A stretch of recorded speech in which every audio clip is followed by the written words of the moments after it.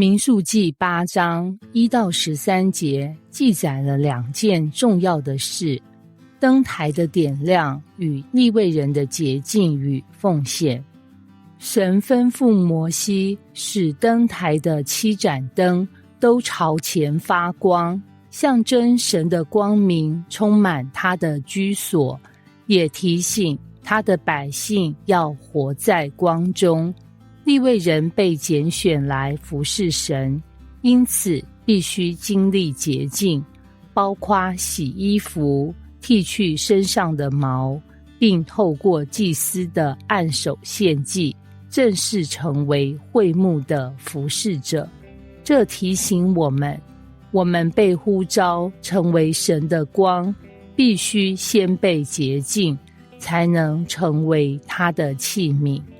加安是个年轻的咖啡馆店长，刚接手一家老旧的小店晨光咖啡，店名很美，但现实却不太美好。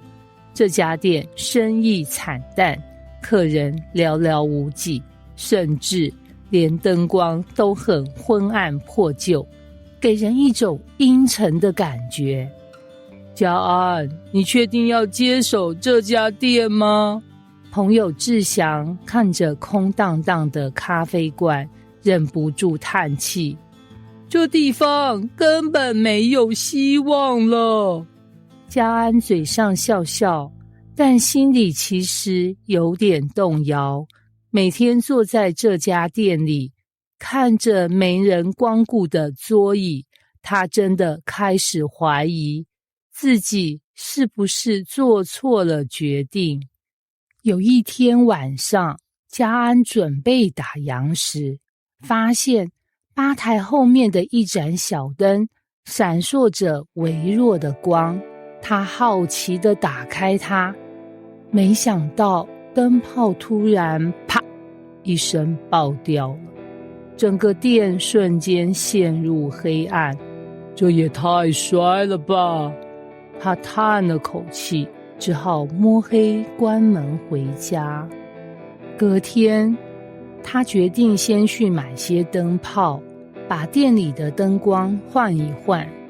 当他在店门口装上新的温暖黄光时，一个老奶奶刚好经过，惊讶地停下脚步。这家店什么时候变亮了？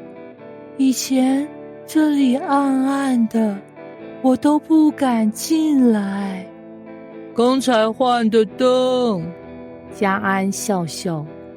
老奶奶点了点头，犹豫了一下，还是走了进来，点了一杯拿铁。这是嘉安第一次意识到，一个小小的光源就能改变别人的感受。那天晚上，他决定做个大改造。他去找了几盏美丽的吊灯，把整间店的灯光换成温暖的金黄色，还在柜台后面挂了一块黑板，写上晨光咖啡带来一天的第一道光。当灯光换新，气氛也开始变了。人们路过时会忍不住往里面看，然后有些人开始愿意推开门坐下来喝杯咖啡。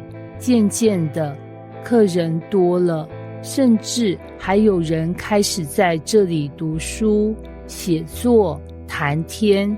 原本冷清的店突然变得温暖起来。有一天，一位老先生走进来，喝了一口热咖啡后，感慨地说：这家店让我想起年轻时在巴黎喝咖啡的日子，有种温暖的感觉。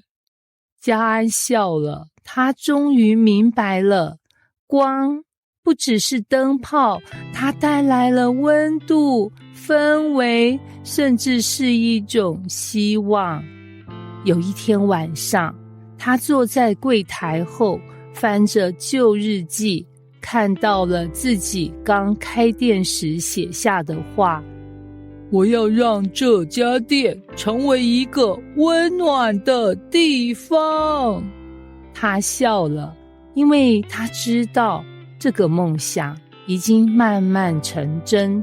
晨光咖啡终于开始发光，但真正的改变不只是灯光，而是他自己的心态。他不再觉得这家店是一个负担，而是成为了一个能够温暖人的地方。光不只是外在的改变，而是从心里开始发亮，才能真正影响世界。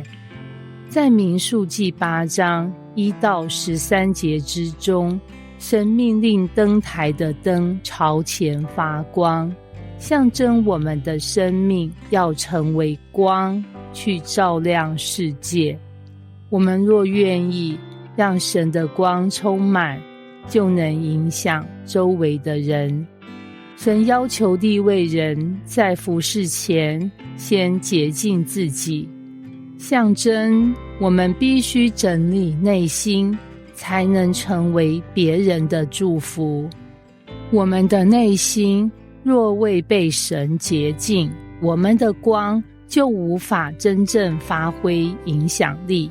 当我们愿意让神点亮我们，我们就能带给世界更多希望。